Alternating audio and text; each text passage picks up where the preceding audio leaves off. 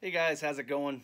Billy coming at you here with the Dylan from Noble Records look for this video for the Vinyl Tag 2019. Dylan, I love your channel. One of the new channels that I've started watching over the last 6 or so months, but great channel. Of course, all you guys, I'm sure, are familiar with Dylan over at Noble Records. If not, go check out his channel. Awesome. But anyway, I'm coming at you with the Vinyl Tag 2019. I don't want to get off track here, even though I've got feeling awful comfy in my Dylan chair. Coming at you with the Vinyl Tag 2019, 20 new questions put together, I believe primarily, if not all the way, by Andrew over at Tales from the Crate, another great channel that I enjoy. Andrew's such a great guy, a good personality, killer collection. Anyway, Andrew came up with these 20 questions. I always enjoy the Vinyl Tag. Love seeing everybody's answers and things that they show. And Andrew did a great job coming up with some interesting questions. So I felt kind of obligated to do this. I haven't made a video in a while. I've not been in the habit of making videos. You just after a while you get just kind of, you have to be in the habit of making videos. So, but we're gonna get to that down the road, because that's actually a part of one of the questions. So let's see here. Let's jump right into it. Question number one. Best find of 2018. So since I haven't made a video in a while, guys, I'm gonna show, maybe a lot of these I will just show one thing, but some things I'm gonna show a couple different things. So hope you don't mind. But let's jump right in, right out the gate. Let's get things started with Farm. This is an album that totally blew my mind. It doesn't look, the sound of the album, this is one of those psychedelic garage fuzz rock sort of albums, but totally was not what I was thinking certainly from the collection that I bought it in. It was primarily an old country collection, and I think that's probably what happened. We're here in Illinois. I'm here in Southern Illinois, and I think that's probably what happened to the original owner who bought this originally. Either that, or they knew these guys. This was recorded just up the road in Pekin, I believe. Yeah, recorded at Golden Voice Recording Studios in South Pekin, Illinois.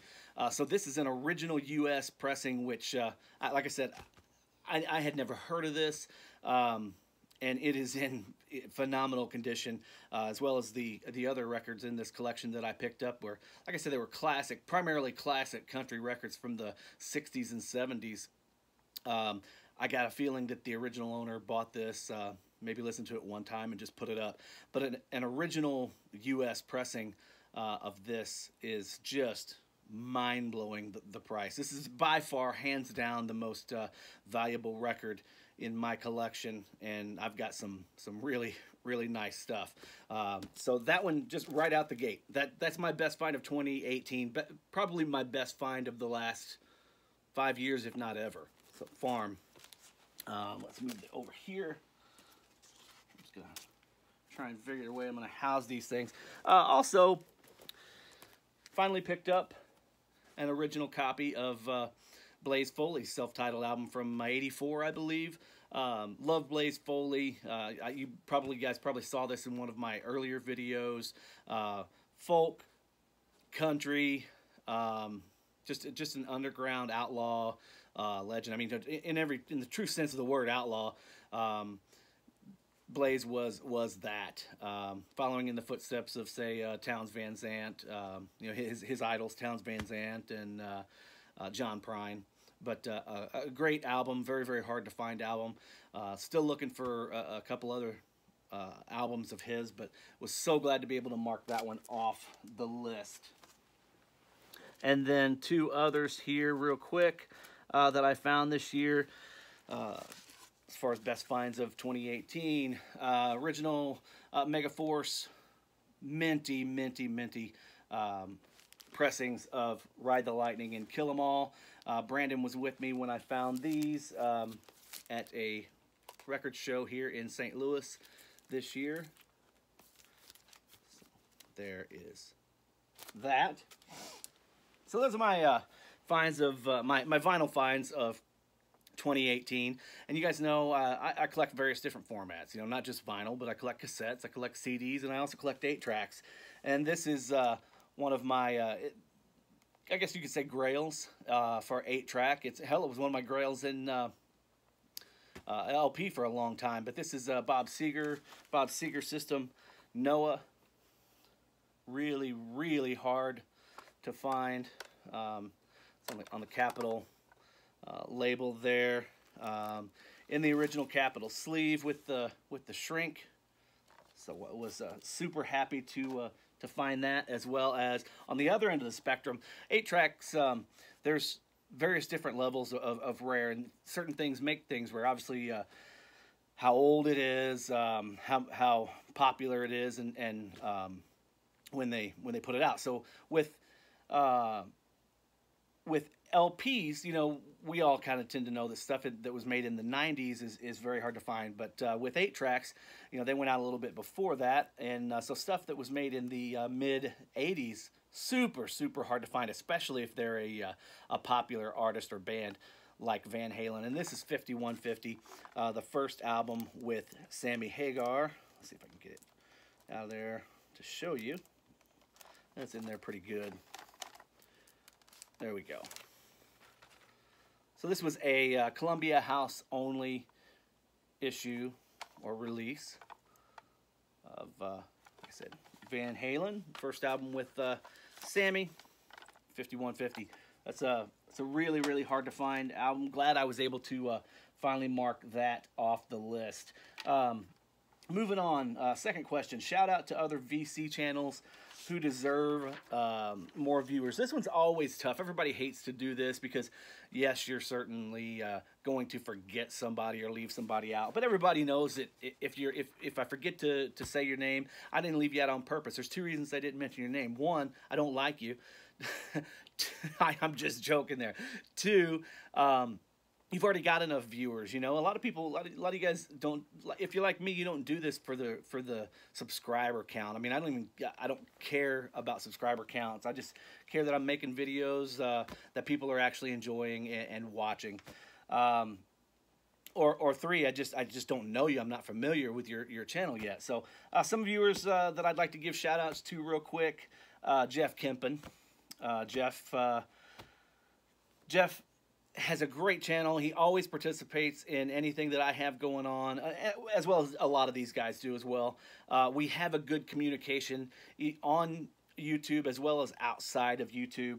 Plus, I think Jeff has a great channel, and he deserves more subscribers than I think he definitely has there. So Jeff Kempen, Brian over at Shamrock and Records, great person, great personality. Just his personality is really comes through in his videos. So Brian over at Shamrock and Records, Brad at H2 Vinyl. Brad is a good guy. Has a very eclectic collection as well. Tommy Burton, love Tommy's channel. Very chill, very relaxed guy.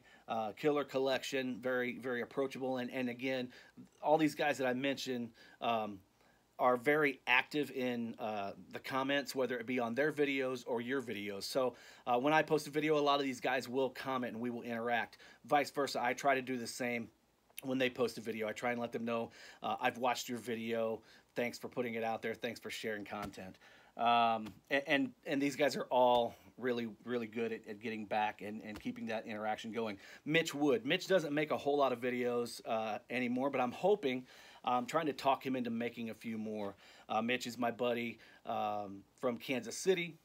So Mitch, if you're watching, get to making some videos. Maybe jump in on this 2019 vinyl tag. Let's see, Rob, another guy from Kansas City, another friend of mine, Rob over at Black Star Vinyl. Dolphin Dale, Jolly Roger, who else? Darcy Six Strings, love his channel. Darcy Six Strings 9 Lives. So Darcy's one of the guys that I just kind of picked up on, as well as Noble Records, Dylan, in the last 6 months or so. And I really enjoy your channel, Darcy. Andre, Linda Legg, great channel. It doesn't... he's just getting, I think Andre is getting a little bit more comfortable finally in front of the camera. It used to be a long time ago, well, not so long ago, Andre wouldn't even show his face on camera, which is great. You've made leaps and bounds, Andre. Love your channel, love your videos. So guys, go give Andre over at Linda Leg. Give Linda Leg a like and subscribe as well. A couple more.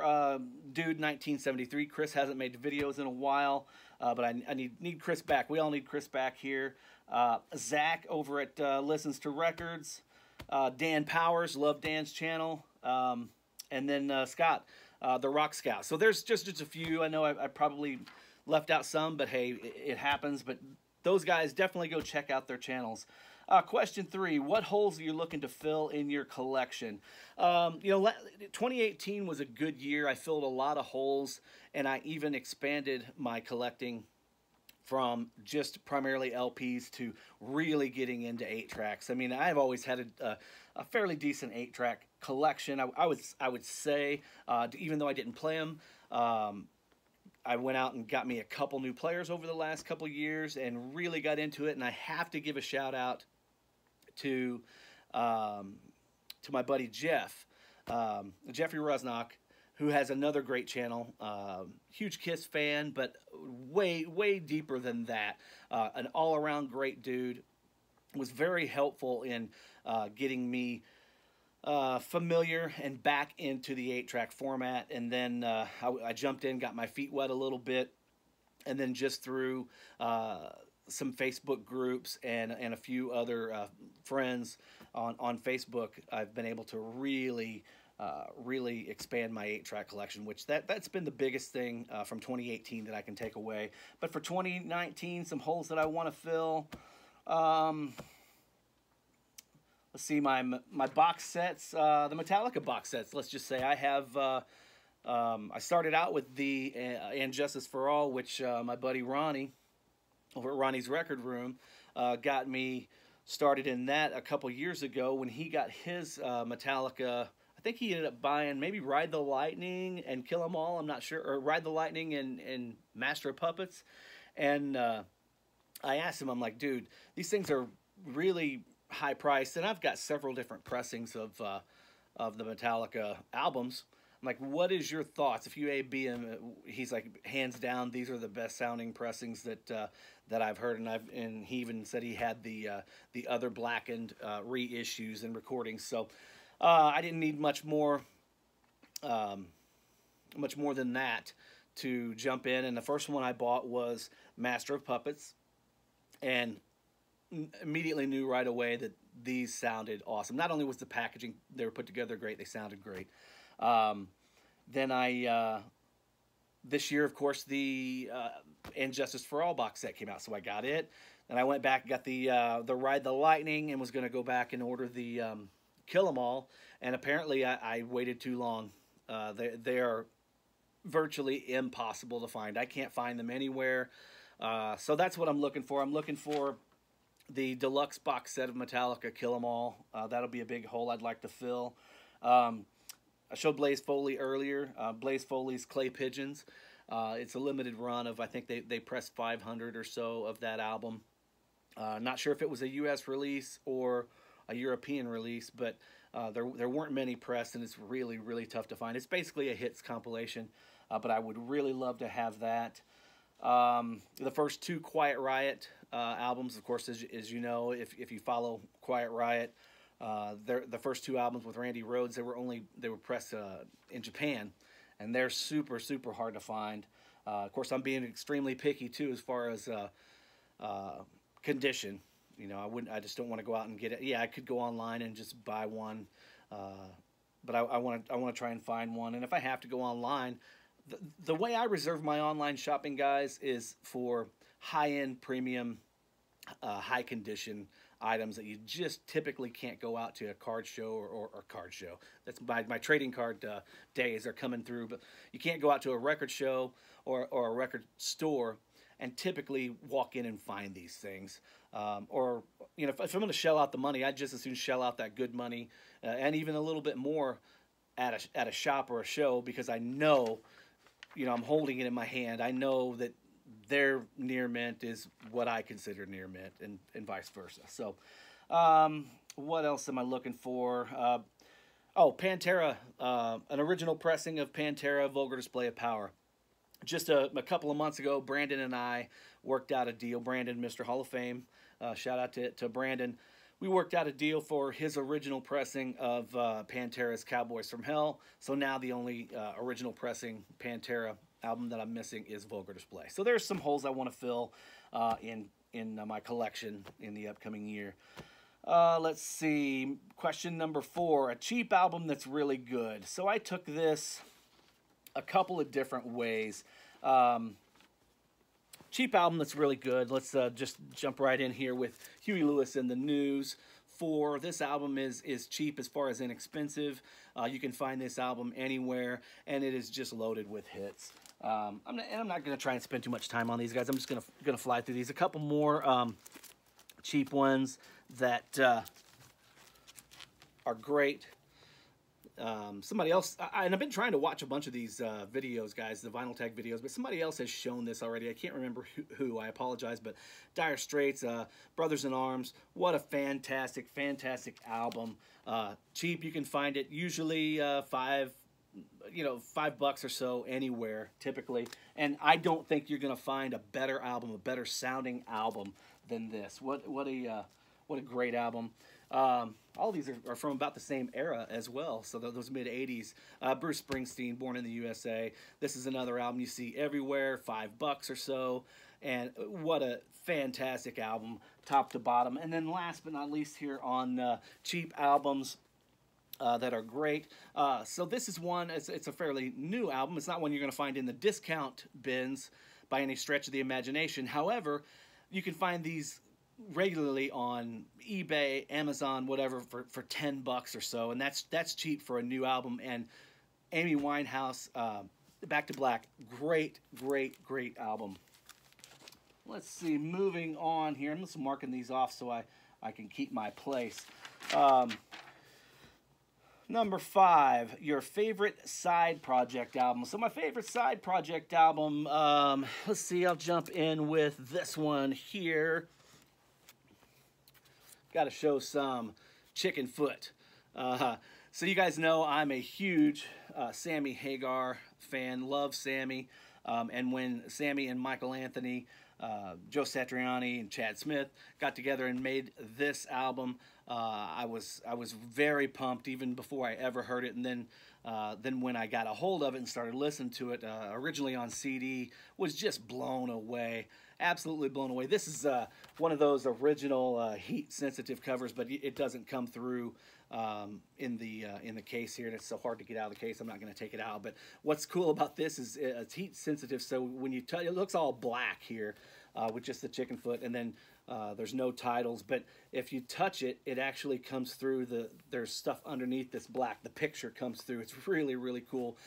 So the cover is super awesome. It could have actually went into one of the later questions as well. But this is one of my favorite side project albums, Chicken Foot. It just straight ahead rock and roll, just gonna punch you in the mouth, man. It is so good. I mean, Chicken Foot, it's like a sore Peter. It's hard to beat.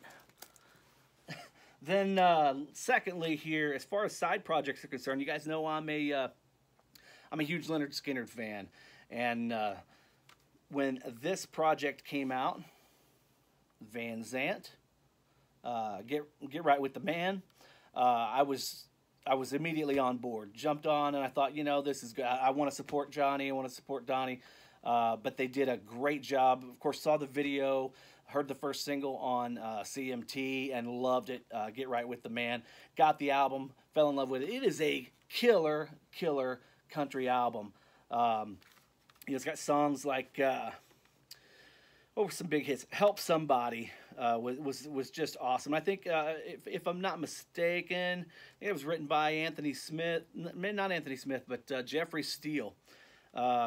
Killer songwriter, great song. Things I Miss the Most, just a bunch of great Southern rock country on this. So Johnny and Donnie did a great job. Love that Van Zant album right there. So those are my favorite side project albums. Let's see. A song, what is it? Question 6, a song from an artist or band that is uncharacteristic in their catalog. All right, so I gave this one a little bit of thought here, and you guys know I'm a huge Garth Brooks fan, and I had to pull this here. One, because I love showing this album. You know, you just don't see this album ever. This is in pieces from, 1993, 94. I believe it's his last that was actually pressed on vinyl. Wasn't pressed in the U.S. This is only pressed overseas, as well as The Chase. But Garth, the album, you know, Garth's country, and he has certainly done things different. What was the actual question was a song from an artist or band that's uncharacteristic of their catalog. So since then, Garth has obviously done things like this a little bit more, but prior to, he hadn't. So the song I'm referring to is One Night a Day off of this album, and you know, it's a very slow ballady type song, more with some jazzy type influences, some slower jazzy type influences. I mean, it's even got a saxophone solo in it, which is crazy when you come to think of Garth Brooks music. But that's my choice there. And just to give you guys a heads up, I know a lot of you guys that do follow my channel, you guys kind of refer to me as the VC's country guy, even though there's a lot more to me than just country. But I do love my country. I love all kinds of country. Classic and 90s country are my thing. Garth has announced he's going to be finally releasing all of his catalog on vinyl. And if you guys know Garth, the way we're familiar with Garth releasing things, he doesn't do things half-assed. He does things top-notch all the way. So I'm excited to see that, and hopefully he does it right. Hopefully he reissues them in multiple different ways, multiple different formats. But like, you'll be able to buy each album individually. Maybe they'll have bonus tracks. Maybe they won't. Hopefully he'll box everything together, because we all know he won't like rape us on the price. You know, even if he puts all of his albums together, maybe he'll do kind of like Tom Petty and those guys did. They'll split them up. They'll do a first half of his catalog or career catalog, and then the second half in another box. I'm kind of excited to the moon on options for that. So just so you know, that's coming up. Supposed to be starting this year, so we'll see. Fingers crossed. If you guys hear anything, let me know. If I hear anything, I'll certainly share it with you. Moving on, question number 7. The last album you purchased. Well, the last thing I purchased were 2 things, actually. So I went into my local record store, which, like you said, isn't really a record store. It's a game store that happens to sell records. And they had ordered an album for me, and went in to pick it up, and while I was there, I found another one. So the record that they had ordered for me was the new Willie Nelson, Last Man Standing. Great record. His song on here, it's not something you get over, it's something you get through. If you haven't heard that, listen to it. If you haven't watched that video, watch it here on YouTube. It is unbelievably heartfelt and touching. It's not something you get over, it's something you get through. Willie Nelson. And then while I was in there, I looked through the used record bin and found this beautiful pressing of Tommy Bolin, Private Eyes. I don't know why I wanted to say China Eyes, but probably because of the fan, who knows. But Tommy Bolin, Private Eyes. My buddy Mitch is a huge Tommy Bolin fan, and I have a copy of this, but it's pretty beat up, so I was glad to find this in the shrink with the nice price sticker on it. Always glad to get that, and I think I got that for like $7 or so. Now, question number 8, a great album with a bad cover. All right, let's see what I pulled here. All right, so a great album with a bad cover. We have to start off with this one here. Sabotage. Sabotage. I don't know why I said sabotage, but Sabotage. What is up with the pants and the outfits? I know there's a story behind this. Somebody has asked me at one point, or maybe even told me the story. There is a story behind this. So this one is just so bad it's good. Another one that I've recently gotten into, Neil Young, Zuma. This is Neil Young and Crazy Horse. What's up with this? Did his 4-year-old draw it on a napkin or what? Great album. You just got to question the artwork. And then lastly here, this is kind of an honorable mention, Alabama, 40-hour week. And I get the concept, guys. You know, they're in the industrial, in the workplace, you know, but he's coming in, he's got his cowboy boots on, and he's like in his camouflage shirt, and he's like, wait a second, let me get my wristbands before we do this photo shoot. And then this guy stole this jacket off of Tonto, and of course his tennis shoes. This guy came out of the Village People in the Navy video, and then I don't know if this guy is, you know, gonna leave here. Maybe he got to go to work for NASA or something afterwards. But that one is that one was too good to pass up. So Alabama, 40-hour week. And then the next question, moving right along, was a bad album with a cool cover. So let's see what we have here. I have this one. Now let me just say, Ozzy Osbourne, Ultimate Sin. Not a terrible album, but it's a bad Ozzy album. You know, it's just you know, Ozzy's up there. You know, I have pretty high standards when it comes to Ozzy albums, and as we all should. The first handful were phenomenal, and then you get to this one, and you're like, which, how could you be when you see an album cover like this? I mean, every one of us, when we first saw this album cover in the store, were like, we didn't even know who the hell Ozzy Osbourne was. You didn't have to. Of course, we already did, but we didn't have to know who the hell Ozzy Osbourne was. You were going to buy this regardless. So it was kind of a letdown, other than a couple of the songs on there, you know, your big ones that Shot in the Dark and things like that. Just a letdown of an album with a killer cover. And then this kind of goes without saying here. Blink 182, Enema of the State. I was gonna say what's my age again, but the cover is just iconic. I wouldn't have this, honestly, if it wasn't for Janine being on the cover. Even the back cover is kind of amazing. And I think I heard a story one time that this was going to be the front cover because it featured the band and everything, but this turned out so well. And I don't think Janine was actually the first choice for their model, but couldn't have found a better choice because the album cover is iconic. It's legendary. The album, not so much. And let's see, moving right along. Question number 10, show a blues album. So I'm going to be honest with you guys. I'm not much of a blues guy. I could have shown some B.B. King, or I could have shown some Stevie Ray Vaughan, like a lot of us have been doing. Which there's nothing wrong with Stevie Ray Vaughan. I love Stevie Ray Vaughan, but I wanted to try and show something different. So I decided I would go with Dave Van Ronk. Get this glare off of here. Why we're getting so much glare. So anyway, there's Dave Van Ronk. Black Mountain Blues. This is an actual 1968 re-release of his first album.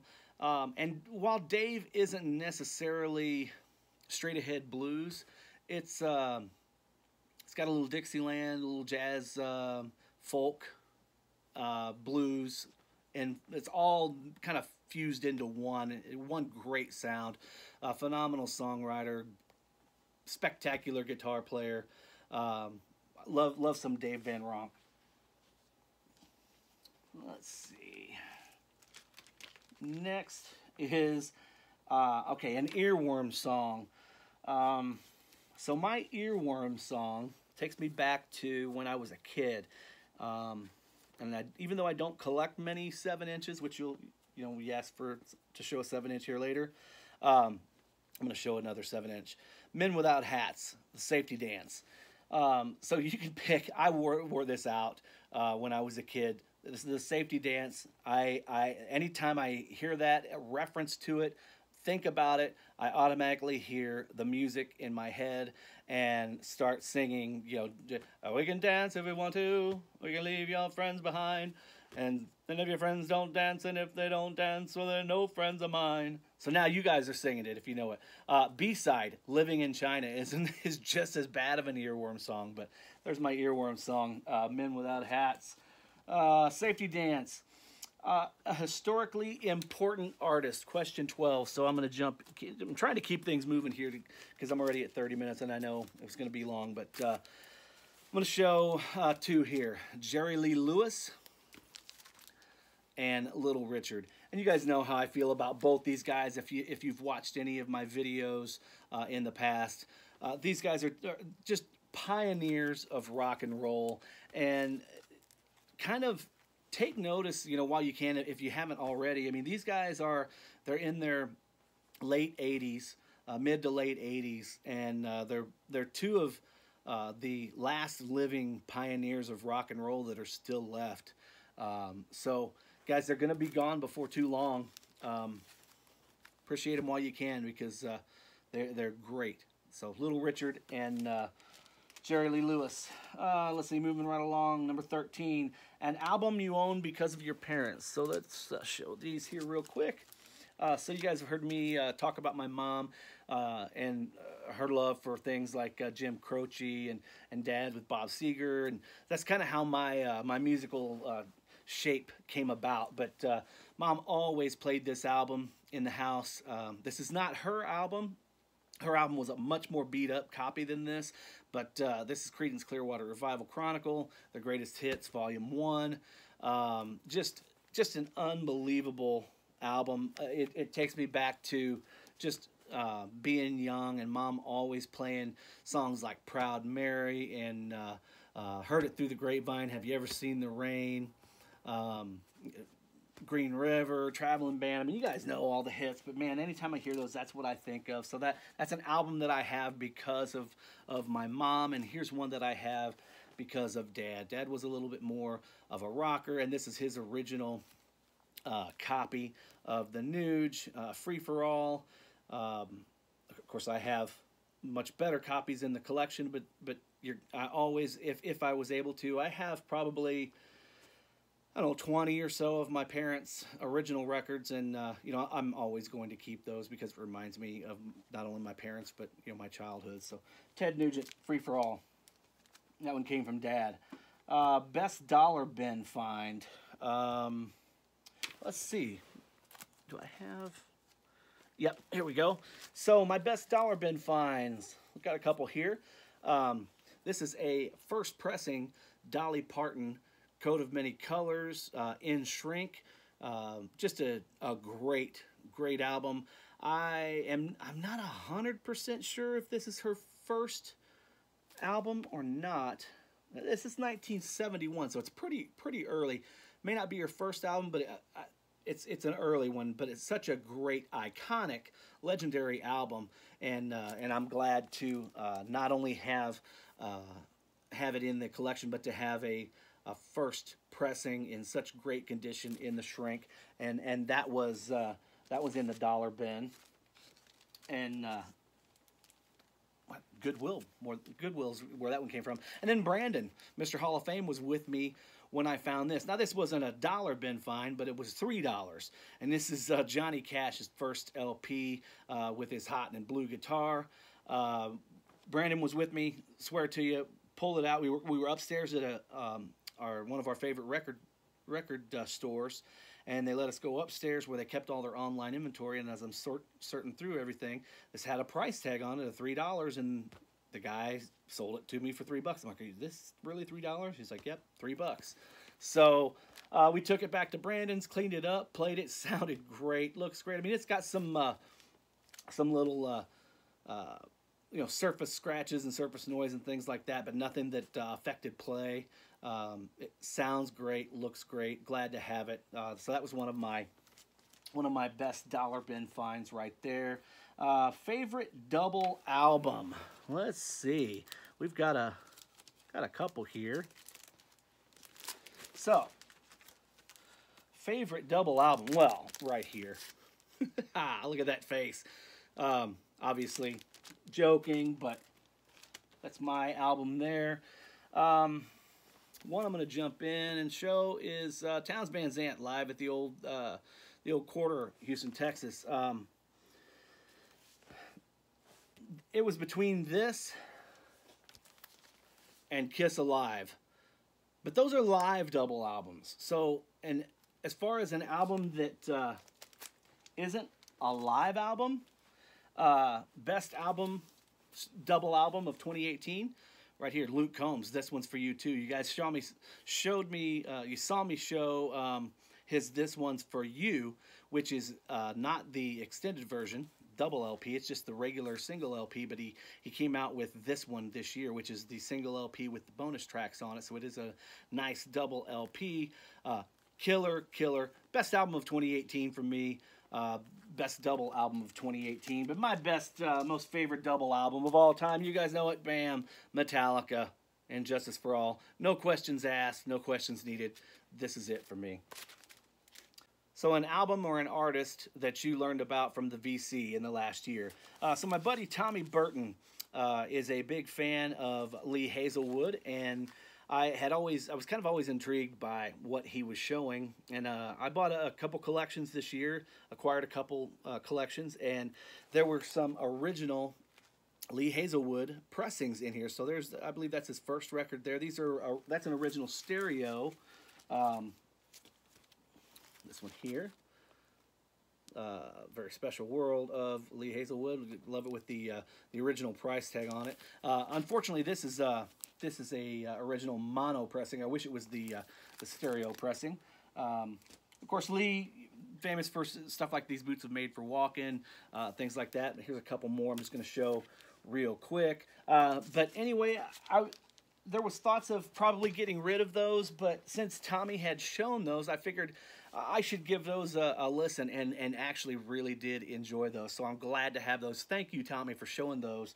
And if I get anything extra from time to time, I'll definitely give you a shout on that. Show a 10-inch record. So here's one I wanted to show for Andre. So a buddy of mine actually stopped by one day and had this with him. He had ordered two, one for himself and one for me. It's Maynard and a Perfect Circle. This was a limited edition 10-inch that they put out, I'm assuming at some point last year. And now I'm not the biggest APC fan, but I always appreciate any gifts anybody gives me, and so this kind of hangs out in the collection. There you go. And Andre over at Linda Leg showed some Perfect Circle in his video, I think, and that kind of reminded me. That's what I'm going to show for my 10-inch there. So there's APC for a 10-inch. Question number 18, show 7-inch records. So here is, you guys see me wearing his t-shirts all the time, Whitey Morgan and the 78s, Waiting Around to Die. Side B is Low Down Backstreets, but Waiting Around to Die, obviously an old Townes Van Zandt number. Killer cover on that too. So Whitey does just an awesome ass-kicking version of that. And then I want to show one more because this takes me back to my childhood here. And the Chicago Bears, the Super Bowl Shuffle. Shout out to Jeff Kempen for the Chicago Bears. There, Jeff's up in Chicago. Hope you enjoy seeing this. So yeah, this takes me back to my childhood there. And let's see, question number 19. Favorite album to fall asleep to? Well, I don't really fall asleep to music, like a lot of you guys probably don't do that as well. But if I were going to fall asleep to music, I would say it would have to be this album here, Waylon Jennings, Dreaming My Dreams. And as much talk as and praise as I give to Waylon's Honky Tonk Heroes, I believe this album is just as good, if not better. This album is phenomenal. It plays like a dream. I wouldn't change a thing about this album. Just a great album. And then lastly here, album to fall asleep to would be Jason Isbell's Southeastern. This is one that, like I said, I was late to the party on, but I can put this on and just be. don't have to really pay attention. It just feels right. It's a great album. So there you have it. That's all for showing. But question number 20, the last. Let's see. The last question is your favorite VC experience and/or advice for people contemplating making videos. Well, first let me talk about a couple experiences. So last year I was able to meet Ronnie from Ronnie's Record Room. Ronnie and his family were planning a cross-country trip, and he planned a stop around St. Louis to hang out with me. So he got to go to a baseball game. We hung out. They stayed here, brought their RV, stayed right outside for a couple days. We went to the Arch, got to go digging with them. It was a great time, and I really enjoyed spending that time with Ronnie and his family. I hope you had a good time while you were here, Ronnie, and you're welcome here anytime, buddy. Meeting and digging with Mitch Wood on my trip to Kansas City. I had an overnight business trip. It was a last-minute thing. Drove in, dialed up Mitch, and he was off work. So he's like, "Let's go." So we went digging. He kind of chauffeured me around, drove Miss Daisy around all day, and it was great. I had a great time with Mitch, and I can't wait to do it again. Hopefully, maybe you come to my side of the state, Mitch. And then, of course, last but not least, just over the my best VC experience is just becoming good friends with Brandon, Mr. Hall of Fame, over the last couple years. He's such a great dude, humble, great guy to hang around. Always welcome here at the house, as I'm sure I am over at his place. Just a great dude, and I really value our friendship inside the VC as well as outside of it. So that's my VC experience. Advice for people contemplating making videos. I'm gonna go back to a person who makes videos that I probably should have given a shout out to, Melinda Murphy. Melinda has a great channel. She's fairly new to making videos, and I believe she's been watching videos for quite a while because she has a really great knowledge of the vinyl community. She fits in so well. I actually kind of wish there were more women comfortable making videos and sharing their musical experience and their musical knowledge with us. But Melinda is a great, well-valued addition to the VC. And Melinda made a great point in her video. If you're watching videos or even thinking about making videos, one thing I think we all do and we take for granted is the thumbs up. We all just kind of click the thumbs up without thinking, and think that's good enough, that they're at least they know we're watching. Well, we don't know you're watching. Take time to comment, and I'm just as guilty of it as anybody. I try to comment a lot. Like when I watched your guys' videos, any videos that I would watch that I enjoy, as I'm watching them, if I watch them on a laptop, it's much easier. If I'm watching on my laptop or my desktop, it's much easier to watch the video and kind of comment and make notes while it's going on. So I used to really be very good at commenting. I got to tell you, over the last year, 9 months or year, I've watched a lot of videos on my phone while I'm just sitting upstairs in between work, or of an evening, usually when I'm trying to wind down. I watch videos on my phone. And it's much more difficult to leave comments while you're watching a video. So I apologize for not leaving comments. I'm going to try and make that, make more of an effort to try and watch videos on my laptop again, so I can leave more comments. So that would be some advice I would really like to give to everybody, not just new people wanting to make videos, but everybody. Let people know you're watching your videos. Just say, like Melinda said, even if it's something as simple as saying, "Hey, thank you for sharing your thoughts and your input. I really enjoyed what you had to say." Something just cut and dry and simple as that lets people know, they're their time, because it does. You guys make these videos, you know, it takes a commitment, it takes time to do this. Let them know that that is appreciated and valued. So for somebody that's really wanting to maybe take that leap, I'll tell you what LJ, Biosite One, told me when I first started, you know, 2 or 3 years ago. I loved LJ's videos. LJ's like the god to a lot of us, especially to me. You know, him and Brandon, Mr. Hall of Fame. Those two were just two of the first guys that I really connected with, as well as Steve, Harmless Rebel. You know, those guys I kind of put up on a pedestal, and they've became friends. But LJ reached out, and here I thought LJ was one of those unapproachable type guys.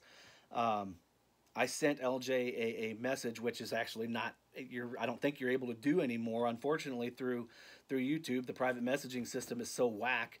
I don't even know if you can do it anymore, but I sent LJ a message and told him I loved his videos, and I was really contemplating starting to make videos, and what should I do, and this, that, and the other. And he basically just sent me back some advice and just said that, number one, just be yourself, because people will either like you or they won't, but you want them to like who you are. Just be yourself first and foremost. Show what you've got, talk about music, and have fun with it, and all the rest will fall into place. And I'll be damned if he wasn't right. I try to be myself here. I don't put on any front. I mean, I am who I am. If you guys see me outside of this, and I'm sure, excuse me, I'm sure hopefully Brandon and other guys, Mitch and Ronnie, other guys who have met me in person will attest that, you know, what you guys see here is what I am outside of the VC. I'm just a normal guy that happens to enjoy music. So if you're going to make some videos, just talk about what you like. There are people out there that are into the same stuff you're into, believe it or not.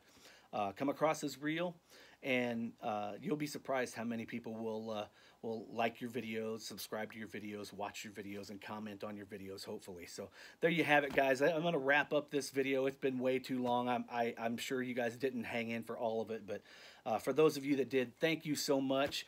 I hope you had a great 2018, and here's to a unbelievable 2019. Take care, guys. Peace.